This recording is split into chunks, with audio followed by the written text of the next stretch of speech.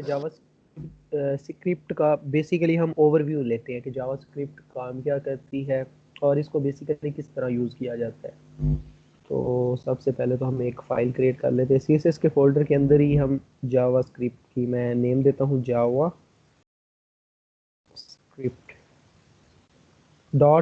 .html। जब हमने जावास्क्रिप्ट करनी है तब भी इसकी एक्सटेंशन जो है वो HTML ही यूज़ करेंगे, क्योंकि जावास्क्रिप्ट के HTML के अंदर ही हम जावास्क्रिप्ट को यूज़ करेंगे। इसी वजह से CSS की तब भी HTML और जावास्क्रिप्ट की तभी HTML की एक्सटेंशन HTML की ही रहेगी। अब जावास्क्रिप्ट को अगर हम देखें तो जावास्क्रिप्ट है क्या, तो यहाँ पे एक तो जावास्क्रिप्ट है और एक बहुत पॉपुलर प्रोग्रामिंग लैंग्वेज है जावा। आपने उसका नेम सुना होगा, शायद जावास्क्रिप्ट का आपने ना सुना हो लेकिन जावा का आपने लाजमी सुना होगा। तो जी सर। ये दोनों अलग अलग हैं। जावास्क्रिप्ट एक और चीज़ है और जावा और है, तो ये दोनों सेम नहीं है। पहली बात तो ये होगी। और ये जो जावास्क्रिप्ट है इसको नेम भी उसी जावा की वजह से दिया गया था, क्योंकि वो बहुत पॉपुलर लैंग्वेज अपने ज़माने की थी और अब तक है जावा। तो इसी वजह से इसको भी नेम दे दिया गया जावास्क्रिप्ट उसी के नेम से, ताकि ये भी उसी तरह पॉपुलर हो जाए जिस तरह अब हमारे यहाँ अगर कोई एक मशहूर आदमी हो तो जो है पेरेंट्स बच्चे का नाम रखते हैं तो उसके नेम से रख देते हैं। शायद उनके माइंड में होता है कि जिस तरह वो पॉपुलर है हमारा बच्चा भी उसी तरह हो जाए। तो या जिस तरह इस्लामिक नेम होते हैं तो सहाबा इकराम के नेम से, या माज़अल्लाह हम उस तरफ तो नहीं, ये एक दुनियावी चीज़ है उस तरफ, तो शायद हम वापस आ जाते हैं, हम दुनिया की तरफ ही रहते जी हैं।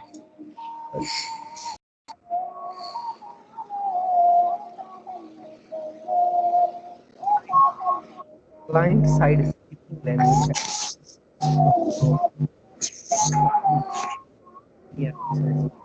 तो उसको चले। अच्छा, ये क्लाइंट साइड स्क्रिप्टिंग लैंग्वेज है। अब क्लाइंट साइड का क्या मतलब हो गया। अब वेब के अंदर दो टर्मिनोलॉजी यूज की जाती है, एक क्लाइंट साइड और दूसरी सर्वर साइड। तो जो सर्वर साइड होती है पहले हम उसको डिस्कस कर लेते हैं। जो सर्वर की चीज़ें होती है कि अगर यूज़र कोई चीज़ डिमांड करता है तो वो सर्वर के अंदर एक एड्रेस बुक आएगी। सर्वर बेसिकली वो कंप्यूटर है जिस पे हमारी वेबसाइट स्टोर है, तो सर्वर का हमने वर्डप्रेस के अंदर डिटेल से देखा है। लेट्स सपोज कि अगर यूज़र कोई भी काम करना चाहता है तो वो उसकी इंफॉर्मेशन जाएगी सर्वर के अंदर और वो इंफॉर्मेशन या इंस्ट्रक्शन होगी, उस इंस्ट्रक्शन को सर्वर एग्जीक्यूट करेगा और फिर उसका डेटा वापस यूज़र को दे देगा। लेट्स सपोज कि यूज़र दो वैल्यूज देता है और यूज़र प्लस करवाना चाहता है, तो वो दो वैल्यूज यूज़र की जो दो वैल्यूज होंगी वो जाएंगी सर्वर के अंदर।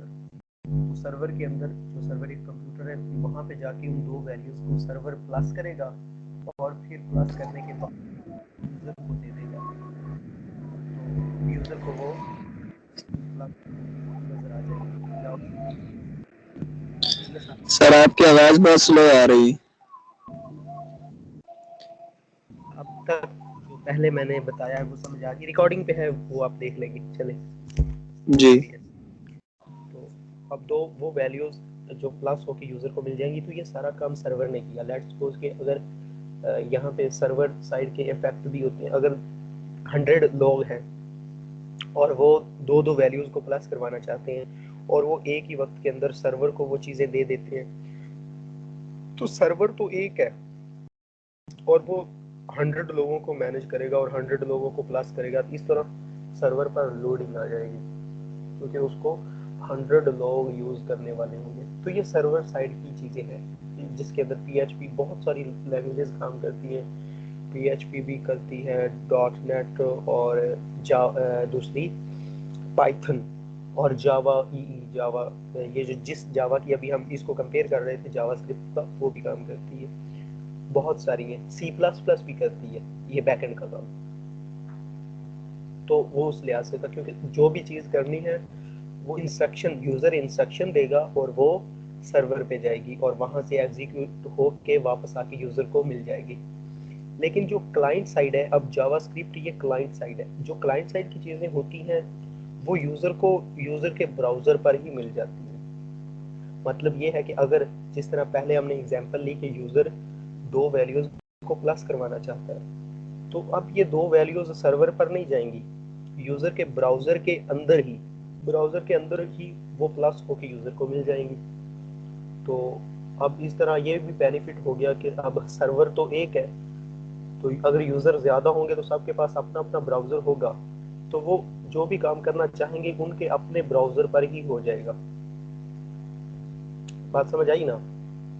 लेट्स सपोज कि अगर ये हमारी मीटिंग है और इस मीटिंग के अंदर अगर हमारे पास 100 लोग हों और मैं अब स्क्रीन शेयर कर रहा हूँ, अगर मेरी स्क्रीन शेयर के अंदर या मेरे इंटरनेट कनेक्शन के अंदर कोई प्रॉब्लम आती है तो वो 100 के 100 लोग अफेक्ट होंगे। जी। लेकिन लेकिन अगर उन 100 में से किसी एक के अंदर कोई इन्फेक्शन आ जाती है या कोई प्रॉब्लम उनके नेट कनेक्शन के अंदर आती है तो वो उनको दूसरों को कोई इशू नहीं होगा, वो सारा सेम है, वो सॉल्व कर लेंगे, उनका सही चल रहा है। जी। जी। जैसे अगर सर्वर के अंदर से कोई सर्वर पर ज़्यादा लोडिंग कोई इशू आ जाता है तो वो सारा सिस्टम में सारा डिस्टर्ब हो जाता है। जो क्लाइंट क्लाइंट साइड पे भेजा है तो वो ज़्यादा बेहतर रहती है। जो भी यूज़र आया उसने अपना ब्राउज़र कर दिया और जो भी उसने कुछ करना है उसके ब्राउज़र के अंदर तो ये सर्वर से बेस्ट है। इसी वजह से जावास्क्रिप्ट जो है ऐसा ही काम करती है। जी। ये यूजर को ब्राउजर के अंदर ही जो भी उसने काम करना है उसकी उसी के ब्राउजर के अंदर ही उसी का ब्राउजर यूज करना है इसने, और वो सारा काम यूजर को करके दे देगा। और इसी वजह से ये बहुत पॉपुलर लैंग्वेज है। तकरीबन दुनिया की बड़ी बड़ी टेक कंपनी, फेसबुक और ये इंस्टाग्राम, माइक्रोसॉफ्ट, नेटफ्लिक्स, तमाम की तमाम जावास्क्रिप्ट वर्जन यूज करती है। हालांकि पॉपुलर इसमें जावा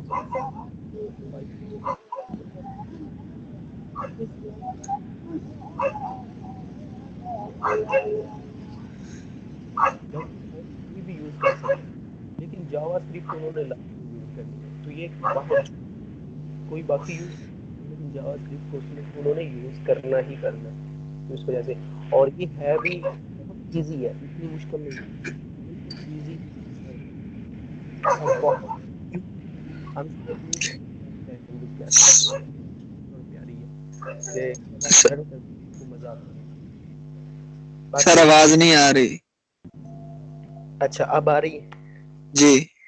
हाँ, तो बाज़ औक़ात ऐसा हो जाता है, अब मैंने कोई चीज़ चेंज नहीं की लेकिन अब वो आने लग गई आपको, जी। सर्विस का भी इशू हो जाता है। हम्म। तो जो जावास्क्रिप्ट है और इस जावास्क्रिप्ट के अंदर हम वेब बना सकते हैं, एंड्रॉइड भी बना सकते हैं। अब ये इसकी बड़ी फंक्शनैलिटी है कि हम वेब पर काम करें तब भी जावास्क्रिप्ट को यूज़ कर सकते हैं, एप्लीकेशन पर काम करें तब भी यूज़ कर सकते हैं, और अगर डेस्कटॉप की कोई एप्लीकेशन बनाए तब भी इसको यूज़ कर सकते हैं। तो ये जी। इसका कमाल का फीचर है। और फिर ये अलग अलग इसके फ्रेमवर्क होते हैं कि अगर आपने वेब पर काम करना है तो उसका एक फ्रेमवर्क होगा, एंड्रॉइड पे दूसरा, और इसी तरह वो अलग अलग कैटेगरी के अंदर डिवाइड हो जाती है। बाकी अगर हम इसको देखें, आपने सी भी की होगी, आपने भी की है, शाह साहब ने भी की है, सी प्रोग्रामिंग आपने की होगी या सी प्लस प्लस भी आपने की होगी। तो ये जो जावास्क्रिप्ट है बेसिकली सारी उसी की तरह ही है, मतलब उसी की तरह तो नहीं है, लेकिन जो सारी फंक्शनैलिटीज यूज होती है हम देखेंगे कि उसी तरह की यूज होती है। अब इसके अंदर वेरिएबल्स का कॉन्सेप्ट है, इसके अंदर भी है। सी केस सेंसिटिव है, ये भी है। सी के अंदर एडिशन की स्टेटमेंट है, इसके अंदर भी है। सी के अंदर स्विच है, इसके अंदर भी है। सी के अंदर लूप है, इसके अंदर भी है। सी के अंदर फंक्शंस है, इसके अंदर भी है। और वो जी। ऑब्जेक्ट ओरिएंटेड है, ये भी है। तो इसी तरह काफी सारी फंक्शनैलिटीज है। चले, बातें हमने बहुत कर ली, अब हम इस पर एक थोड़ा सा मैसेज प्रिंट करके देखते हैं किस तरह करते हैं। तो वही कोड हम टाइप करते हैं, वेलकम टू ईगल्स ऑफ। अब जब हमने जावास्क्रिप्ट की कोडिंग करनी है तो ये थोड़ी सी डिफरेंट है। आपने यहाँ पे जिस तरह हम सी CSS की करते थे तो हम स्टाइल को ओपन और क्लोज करते थे, हम यहाँ पे करेंगे स्क्रिप्ट, SCRIPT, स्क्रिप्ट को स्टार्ट किया और स्क्रिप्ट को हम कर देंगे क्लोज। अब हम इसके अंदर जावास्क्रिप्ट की कोडिंग करेंगे। तो सबसे पहले हम हेलो वर्ड को प्रिंट करवाते हैं। तो डॉक्यूमेंट, हम यहाँ पे टाइप करेंगे डॉक्यूमेंट DOCUMENT डॉट राइट, और with in parenthesis begin close, with in double quotation के अंदर हम कुछ भी टाइप कर देते हैं। लेट्स सपोज हम टाइप करते हैं हेलो ईगलसॉफ्ट, और यहाँ पे इसको क्लोज करने के बाद हम यहाँ पे देते हैं सेमी कॉलन। कंट्रोल एस करते हैं और यहाँ से अगर हम गो लाइव पे जाए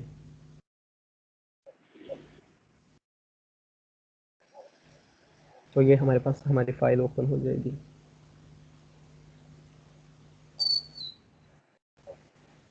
जिस पर सिर्फ ये मैसेज होगा हेलो वर्ल्ड का। अब ओपन हमारी फाइल हो गई। अब यहाँ पे हेलो ईगल सॉफ्ट आ गया, हेलो वर्ड नहीं, ईगल, हेलो ईगल सॉफ्ट। तो ये हमारा पहला जावास्क्रिप्ट के अंदर हमने पहली कोडिंग स्टार्ट कर दी। अब यहाँ पे स्क्रिप्ट और स्क्रिप्ट ओपन क्लोज का मतलब ये है कि हम जावास्क्रिप्ट को यूज कर रहे हैं। उसके बाद डॉक्यूमेंट्स, डॉक्यूमेंट्स क्या चीज है? डॉक्यूमेंट्स ये हमारा पेज है, ब्राउजर के अंदर जो हमारा पेज है इसको डॉक्यूमेंट्स बोलते हैं। उसके बाद हमने डॉट राइट, राइट से हमने कहा कि इस पर राइट कर दो। राइट क्या करना है, वहां पे हमने एक स्ट्रिंग दे कि इस स्ट्रिंग को आप राइट कर दो। स्ट्रिंग का आपको पता है, अगर C++ या सी के अंदर आपने थोड़ा सा काम किया होगा वो आपके लिए इजी नहीं ये चीजें सीखना। तो हेलो वर्ड हमने कहा, अगर हम यहाँ पे कोई करेंगे तो वो कोड, लेट्स सपोज अगर हम यहाँ से कोई मिस्टेक करते हैं तो अब भी हो रही है, अगर मैं यहाँ से मिस्टेक कर देता हूँ तो अब ये देखें कि वो नहीं हुई, क्योंकि मैंने जो सिंटैक्स था उसके अंदर मैंने मिस्टेक कर दी।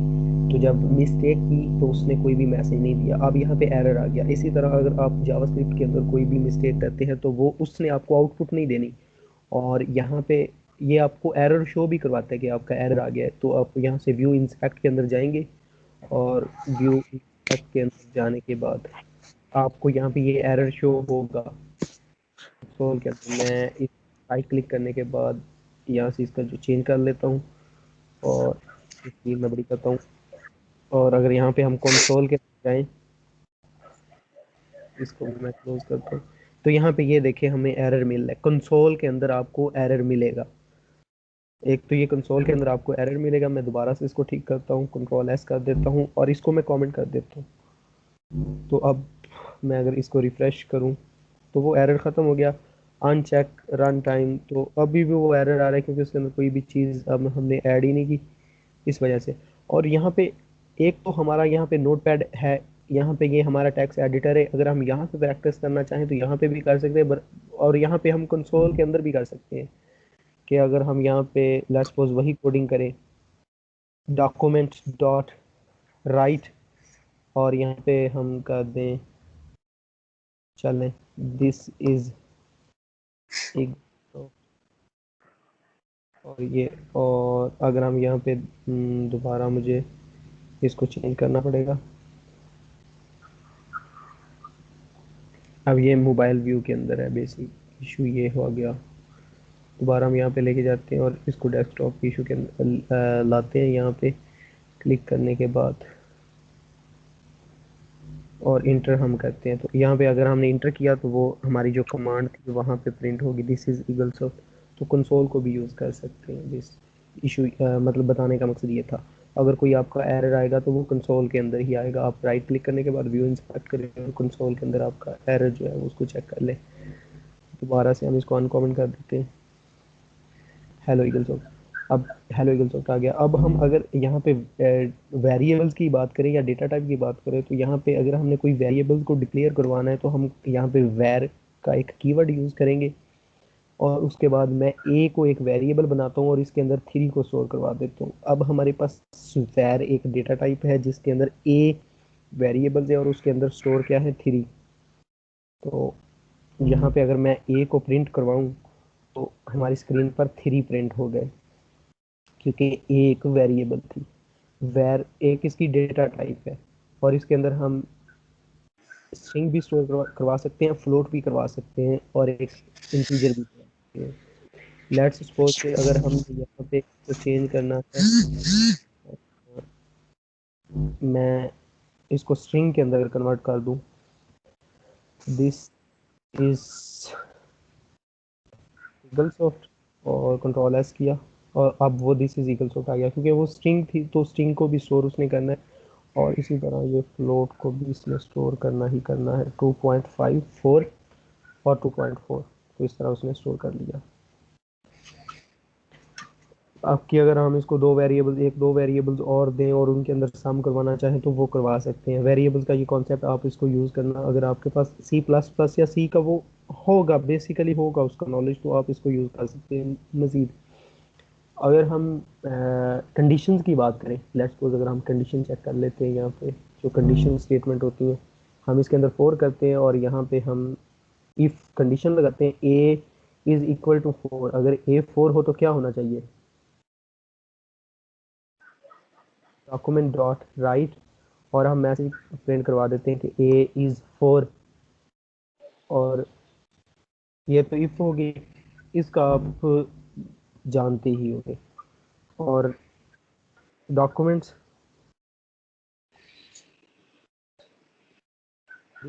DOCUMENT डॉट राइट और यहाँ पे हम मैसेज देंगे कि a इज नॉट 4, तो इसको हम कमेंट कर देते हैं। अब ये देखो A4 है, तो जब हमारी कंडीशन है कि इसने अब एग्जीक्यूट होना है तो हम देखते हैं कि यहाँ पे इसको रन करके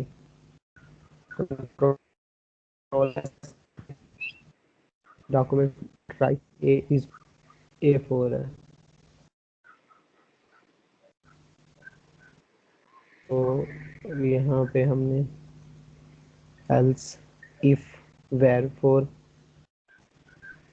documents dot write A is 4, तो मिस्टेक तो हमने कोई नहीं की।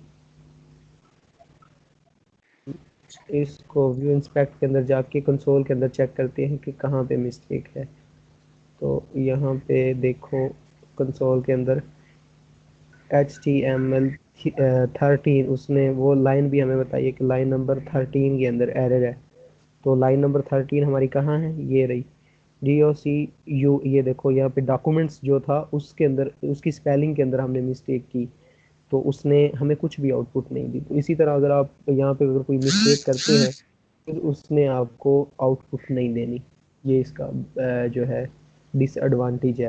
तो a इज़ 4 यहाँ पे प्रिंट हो गया।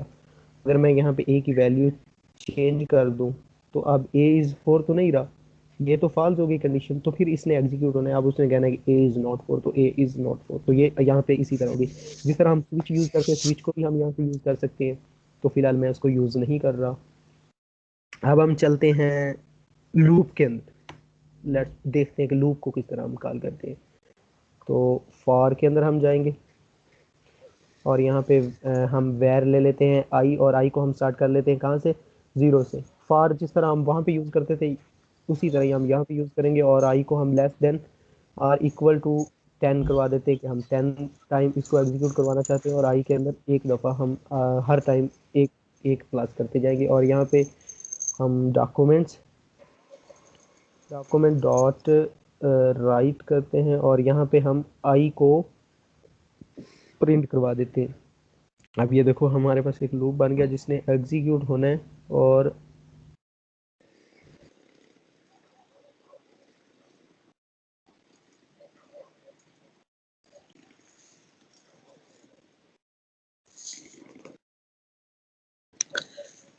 सर आपका मैक ऑफ हो गया। हाँ माइक ऑफ हो गया। अच्छा, तो अब इसने एग्जीक्यूट होना है 10 टाइम, तो ये लूप है जिस तरह हमारे पास सी प्लस प्लस का होता था उसी की तरह ही है। तो अगर हम इसकी आउटपुट देखें तो यहाँ पे ये देखो कि आई की वैल्यू, आई को हमने स्टार्ट कहाँ से किया था, 0 से, और 0 से 10 तक वो हो गई प्रिंट।